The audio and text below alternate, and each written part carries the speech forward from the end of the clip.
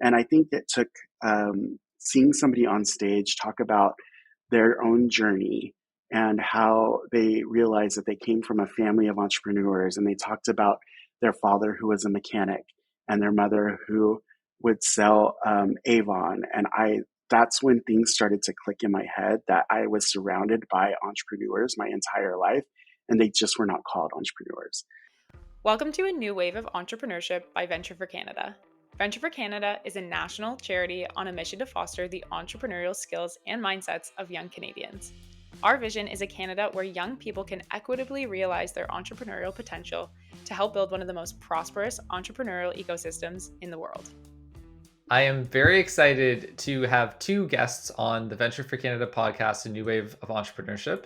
And they are Naofeld Tassouni, co-founder and CEO of QueerTech, and Eustasio Andy Saldana, who is the co-founder and COO of QueerTech. Thanks so much for joining us on the podcast today. Thank you for having us. This week's episode is about overcoming challenges as queer entrepreneurs. And earlier this year, Naofeld and myself actually serendipitously spent a day together after a conference, and I learned a little bit more about his story as a queer entrepreneur and some of the challenges he overcame. Eustasio, I'm excited to learn a little bit more about your story. But maybe to get things kicked off, can both of you kind of just describe a little bit about what has been your kind of entrepreneurial journeys as queer entrepreneurs? Yeah, definitely. I'll go ahead and start. So I was in New York City prior to being in Montreal. And while I was in New York City, I worked for an organization called New York Tech Meetup. And we ran the world's largest meetup group. And every month I was in charge of finding and scouting new technologies to put on stage at a monthly event. And it was 10-minute pitch that they had to do around their technologies and their startup. And so I was really exposed very quickly to the entrepreneurial and startup ecosystems in New York City. And that's really what was my introduction to entrepreneurship as a profession, as an industry in the technology sector. And as I was going to those events, I was going to tons and tons of events within New York City, meeting all of these amazing founders. I wasn't seeing myself in the room. I was going, I'm a queer brown guy from Texas originally, and not Ivy League educated, and traveling, having to go to these events and interact with these crazy founders and interview them and have them pitch me and make a decision on whether or not to put them on stage. And so I had to learn very quickly like what entrepreneurship meant, how to vet and decide if a company was sound, if the technology was sound, if their business model was good, if their traction was real, and if there was growth potential on the other end. And so having done that month over month, I learned very quickly about entrepreneurship and what it meant to be in that ecosystem. And that's a little bit about how I started in on this path. Yeah, for me, I've been an entrepreneur since I was young. I was born and grew up in Morocco. While my queerness was concealed, I was an entrepreneur and have done a lot of activities. And so that was what grew my love for it. And so when I moved to Montreal, I got into tech. Startups have been that path of getting into entrepreneurship. I was also very involved in the tech ecosystem. And, very quickly noticed the lack of diversity in the rooms that I was at.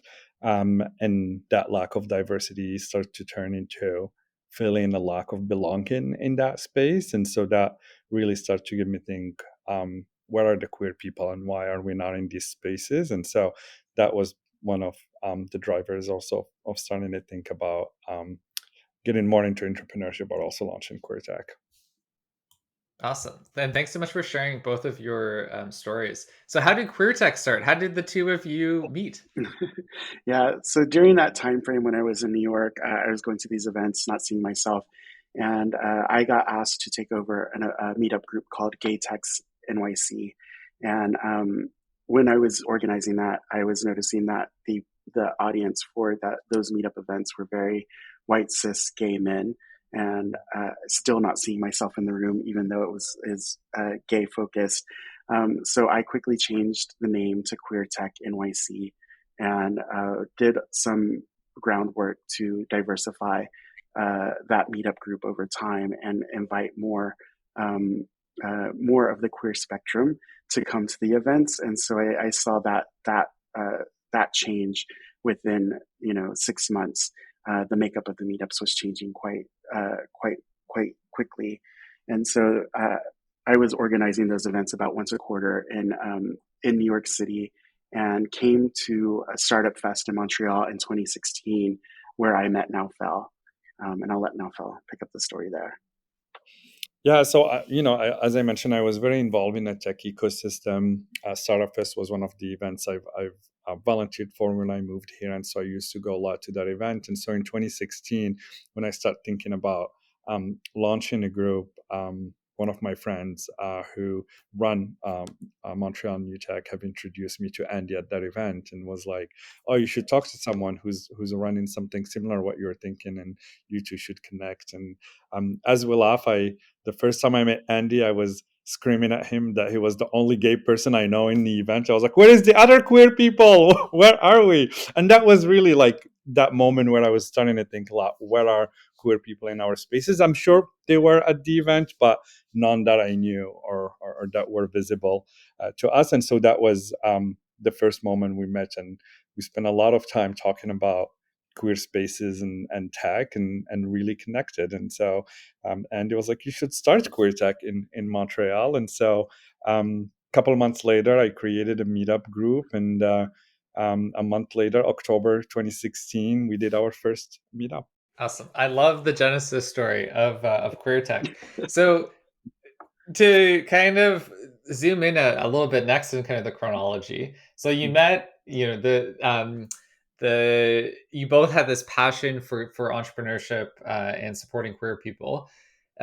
What was the first year like of queer tech, and can you describe a little bit of like the transition from working as a volunteer on this idea to going full time?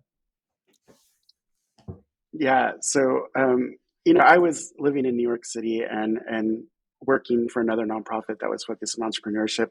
So QueerTech in New York City was very much a volunteer organization that wasn't. It was just a meetup group, and I gave Naufel the blueprint of the event, of how to run a successful meetup event, and how I was kind of thinking about the community. And Naufel was able to start that here in Montreal, and quickly saw the community grow month over month. And so from that, Naufel was able to grow, open up, and create the Meetup on Meetup platform, have 100 signups instantly, and then a month later host an event and have 100 people at that event that are looking for community. And so continued to host those regularly and saw that community grow over that first year. And what was the amount that you reached in that first year, Naufel? Yeah, I think within a year we reached a little bit over 1,000 people, and like so we started doing events every month. Like the first time we did this, it was a town hall and asking the community, "What do you want, and how do you see this?" Right, and so the request was that we do monthly events so the community can come together. So we did a lot of content and conversations. Back there, it was a lot of why diversity inclusion is important to tech and how does it impact innovation. And so we're driving really important conversation, but the community was growing very rapidly, right? We saw people coming from Ottawa. There was a group that used to come from Vermont, right? And so people really were looking for that community space. And so by 2018, we were somewhere like 1,500 people on the meetup group. So the community have grown a lot, and so that's the year we start to get sponsorship and start to do bigger events. And so we incorporated summer of 2018 is when QueerTech was legally born. When we were in the Yukon, Nuffle, we were talking a little bit about, you were describing some of the internal debate you had about whether to, go in full time kind of on this. Can you describe kind of what you were considering when you were deciding about whether to go all in on queer tech? yeah, I was working in tech. I was making a very good salary, like a tech salary, right? And working in tech. But I really had passion for community. As I mentioned, I always been in community and grown community, but the pandemic was, hard on a lot of people. But as I said, it was the best thing that happened to QueerTech because Andy and I, while we had full-time job and we were busy, a lot of distractions have been kind of erased, right? And so we had that moment of like focusing on doing more queer tech and thinking more about the organization and supporting the community.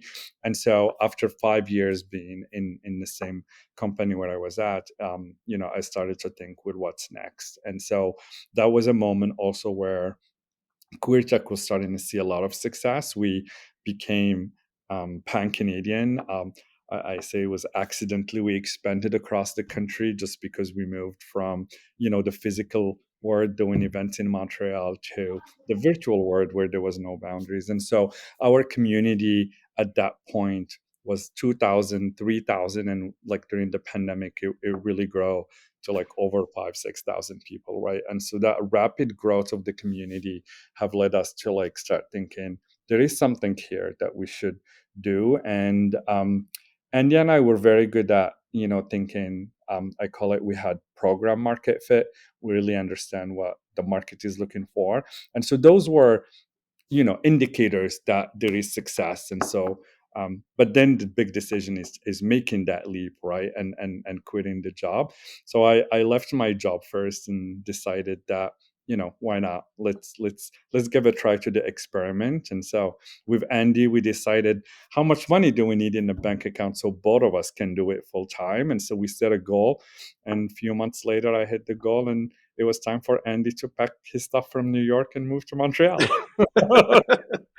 And that was an interesting conversation because I put this goal in place thinking it would never happen. This would continue to be a volunteer gig that I advise on the board and sit on the board of this volunteer organization. And I saw the traction happening, but it never dawned on me that this would be a huge the organization that it's become today. And you know, you've met Naofeld. Once you put a challenge in front of him, he's going to make it happen. And he's very personable. So the ability for him to persuade people was incredible. And there were a lot of things happening in my life that, we always talk about the right timing for entrepreneurial ventures, and it was the perfect timing for all of this to happen. I was working at 50% salary because of COVID and still running a nonprofit in that space in New York City during that time. I was going through a divorce in my personal life, so also a time of change and ready for the next chapter. And then we were seeing the community continue to grow and expand, and every event that we were doing, every virtual experience that we were hosting, we were seeing the reaction and the growth, the community continue to grow month over month. And so, again, I put it as a challenge out to Naofeld. He asked the question, what would it take for us to do this full time? I gave him the number and he was like, okay. And then by November of that following year, we were at, I don't know, like 60, 70% of that goal. And it was like, okay, I guess I have to start figuring out how I'm going to move to Montreal to make this happen. And it was great. It was, again, everything, all the pieces were coming together in a way that we hadn't predicted. And it was a combination of the right timing, a combination of the need for change, a combination of finding a great product and finessing that product. And during COVID, we had been invited to participate in a social innovation, a social impact accelerator program through Tandem Launch. And that really gave us some focus to really validate some of the ideas that we had and work through, our theory of change and what is the impact that we're trying to make, and quantifying that impact in a way that we hadn't talked about it previously. So it really, again, all of those things, all of those ingredients just came together in the right way and really allowed us to make that transition into full-time focus on QueerTech. That's amazing, and kudos to you, Andy. Not just in terms of co-founding a venture, but also moving to a new country. Uh, that's a big move, immigrating to Canada from. And I feel well, New York City and Montreal are not that far apart geographically. They're like culturally very, very different cities. Yes, Yeah. very, very different. And Texas is very different.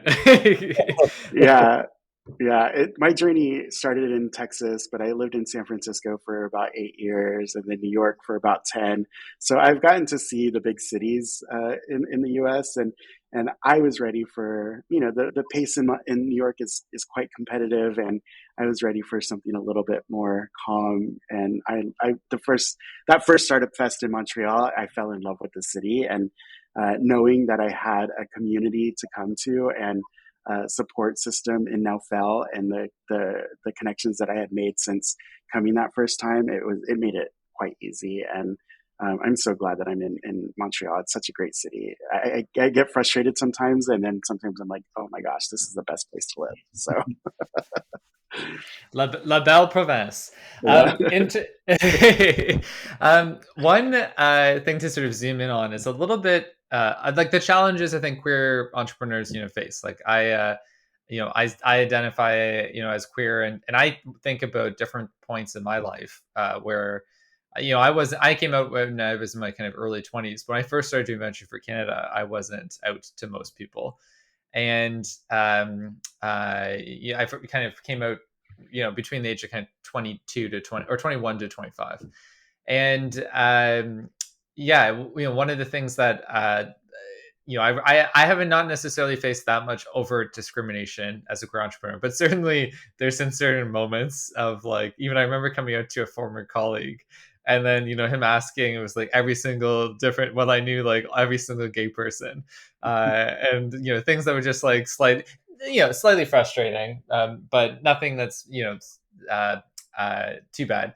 But what I would say is that I have a lot of socioeconomic privilege, and my experience doesn't ring with other people, and there's certainly you know I think when you're what I can speak from my own lived experience is that I think when you are a queer entrepreneur, sometimes there can feel like pressure to hide a part of who you are, particularly in spaces that might be like you might feel like they're completely straight kind of spaces, and What's that? yeah, and yeah, to your point, like where are the queer people at, right? Like I think Yeah. that that's something I've sometimes felt at different kind of times in my life. So to zoom in on your experiences, like as queer entrepreneurs, like what are challenges that you feel that you've had and kind of systemic kind of challenges that you faced as queer entrepreneurs, and how have you overcome them? There are a couple things here. One, when I launched QueerTech in Montreal, I was connected to the tech ecosystem, and I had the support system that allow us to really build that momentum. But the first thing that a lot of people were asking is like, oh, tell us your discrimination story, right? Everyone is waiting for that big story. And why there is still a lot of discrimination, I told everyone it's a lot of the small things that happen every day, the comments that people make, the and those what like really creates also a lot of barriers and frustration for people. Queer people, there are a couple I see in entrepreneurs, right? There are the ones who choose to be entrepreneurs, but there are a lot of them who kind of pushed into being entrepreneurs, right? They worked at workplace where if they are trans or non-binary and try to transition, have not been able to keep a job, and so you get forced into that entrepreneur journey. um, when you're in tech, a lot of the people that I've worked with like conceal themselves because you go into a very white heteronormative environment that's very macho sometimes, right? And a lot of the VC world is about creating that brotherhood, right? That relationship. And so people tend to conceal themselves for that reasons, and avoid to share that part of them, and being that authentic. And I think that it comes sometimes at the detriment to their mental health, and becomes challenging as you grow the company, and cannot be your authentic self. Yeah, absolutely. I think just to add to that, like my own personal journey as I was coming into entrepreneurship as a career, one, I think that was the biggest hurdle is identifying that I could be an entrepreneur, that I was the type of person that could qualify and call myself an entrepreneur. And I still have a hard time saying that out loud because I, you know, I didn't see myself reflected in the entrepreneurs that I was meeting. I wasn't the same socioeconomic class that many of them were in. I wasn't the same type of educational background.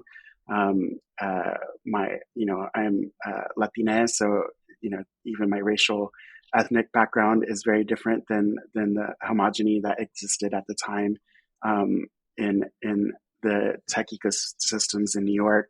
And so I think that just even putting that into the world that I could one day be an entrepreneur was unthinkable in my opinion. And I supported entrepreneurs from providing office hours and advice to helping them with their growth strategy to identifying their product market fit. And I still couldn't see myself in that space. And I think it took seeing somebody on stage talk about their own journey and how they realized that they came from a family of entrepreneurs, and they talked about their father who was a mechanic and their mother who would sell Avon. And that's when things started to click in my head that I was surrounded by entrepreneurs my entire life, and they just were not called entrepreneurs. And I thought back to my own childhood and like my mom selling Avon and Mary Kay and always hustling to in a second or third job to make sure that she was busy, one, and two, that there was disposable income coming in to support the family. And then I thought about my aunt who sells tamales out of her home and has, did that for 40 plus years and lived a comfortable lifestyle that she had a great time. She enjoyed it because nobody told her what to do. She ran her own business, and she got to enjoy her hobbies. And so it took seeing somebody talk about their own non-traditional entrepreneurial journey for me to start connecting the dots and find the confidence in claiming my own space in the entrepreneurial world. And since then, I helped my ex-husband with his startup and worked on that for a couple of years with him. And so that was the first time I considered myself in the startup entrepreneurship world for real. And so QueerTech, starting QueerTech and other community type organizations, even that I didn't consider an entrepreneurial thing until I met Naofeld and we started actually seeing the creation happen. And now I can wake up and say I am an entrepreneur, but it just took a little bit. And I think that was the biggest hurdle that I faced. And that comes from the many intersectional identities that I carry with me, and the queerness being a big part of that, like overcoming the imposter syndrome and that lack of confidence to claim my space in the world. Yeah, Thank you so much. I want to add one piece, Scott. Like, what was interesting for me also is, like, for a long time, I've always saw myself as like a support person to like these entrepreneurs, right? And that's how, I did sales and business development, and I always see part of like that empowering the other people who run it. And that's how I saw myself for a long time. And I realized quickly that I was thinking that because I haven't seen a lot of people who looked like me in that tech environment who were entrepreneurs and running company. And so, as doing QueerTech and starting to reflect and talk about the experience, that change. And I think that also plays a big role into how, the people that we see in our role models around them impact the paths that we take. Thank you so much to you both for sharing your stories. And I think it's a great segue to what does queer tech do kind of today? So, you talked about the importance of celebrating queer stories, of celebrating queer entrepreneurs, about creating community. Today, how does queer tech do that? Yeah, I can talk about that. we say QueerTech wanna queer the tech ecosystem, and it's about increasing trans LGBTQ representation in tech. There are three components, right? We think about the first one is like, how do we reduce or break down the barriers for our community to access the industry? We do that through the programming that we have. We think a lot about in our mission about the spaces we create, right? Like we went to a lot of tech spaces where we didn't see ourselves or felt that belonging. So creating a space for the community to come together, either in person or virtually, is very important. And the third piece is also, how do we connect to other communities in tech, right? And how do we build bridges between queer tech and the tech community, so we can make sure that our community is not siloed, but it's also being part of this larger tech ecosystem. Yeah, just to add to that as well, like it's truly about creating that economic impact and power for the community through these programs, and showing the success of the community through that power. And I think, Naofeld mentioned the connecting to the broader ecosystem, and that's a super important part that we talk about a lot, because it's great to have this safe space to learn and be comfortable and feel like you belong. But the reality is we all have to go out into the world. So how do we arm our community with the tools and resources necessary so that they can navigate every day in the real world, whether it's at work, whether it's at these other tech events, whether it's just, walking through the streets, and not be overwhelmed by the negativity, or not be able to navigate in a healthy way some of the microaggressions that happen in those spaces, or the unintended consequences of being in the world, as well as the intentional harm that is being directed towards the community at an increasing amount. So I think that's really what we try to accomplish at QueerTech is making sure that the community has that safe space, that feeling of belonging, so that they can go out into the world and be successful and thrive. Naofeld, we both agree that we don't want to just survive in the world; we want to thrive in the world. As you think to the future of queer tech, what would you like queer tech to look like 10 years from now? A lot of things. We need to take over the world. No, going global, right? I think the world changing a lot, but I think building a global community is going to be needed and continue to foster that. But I think even before we get there, we created our vision 2034 because when we looked at the change that we wanted to do and the impact, the programs we run, we can run programs of 25 people and 15 people, right, and do it really well. But one of the things we think about for the future, how do we scale our impact so we can continue to grow the queer tech community and contribute to tech. And so we have very ambitious goals, like in our QT Access program, which is an early career program that supports students and career transition into access that. The goal there is we want to upskill, reskill, and train about 60,000 people by in the next 10 years. And so how do we make sure that we build that? There's a different story, but that's the direction we want to take. The second one is also, we don't want people just to enter the industry. We want them to advance, and we want to see queer people in leadership role and executive roles. And so our goal is to train about 5,000 queer leaders who can really take on leadership roles and executive role. And ultimately, we do this because of entrepreneurship, and we want to see 10,000 entrepreneurs train, 1,000 of them getting funding, and that funding amount to about $1 billion. And so that's kind of the path that we're going towards.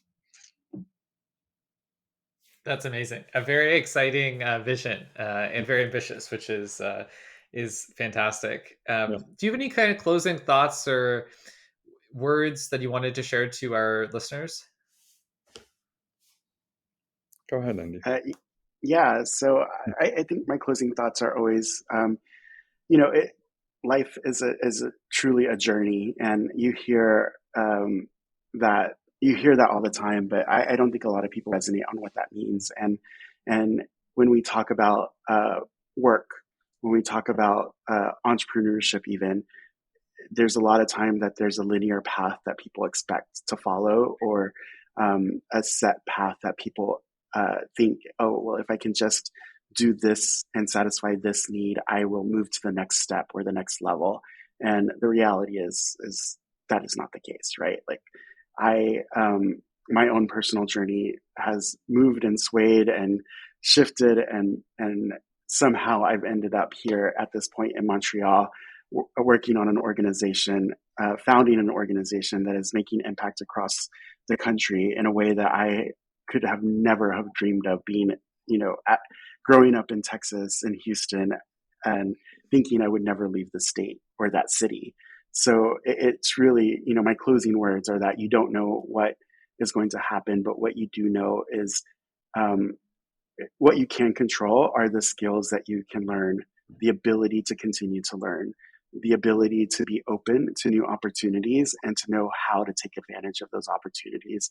And not everything is going to work, from relationships to professions to work. Nothing is guaranteed. And I always say the world owes you nothing. So how are you ready to take advantage of the things that it presents to you when the time is right? Yeah.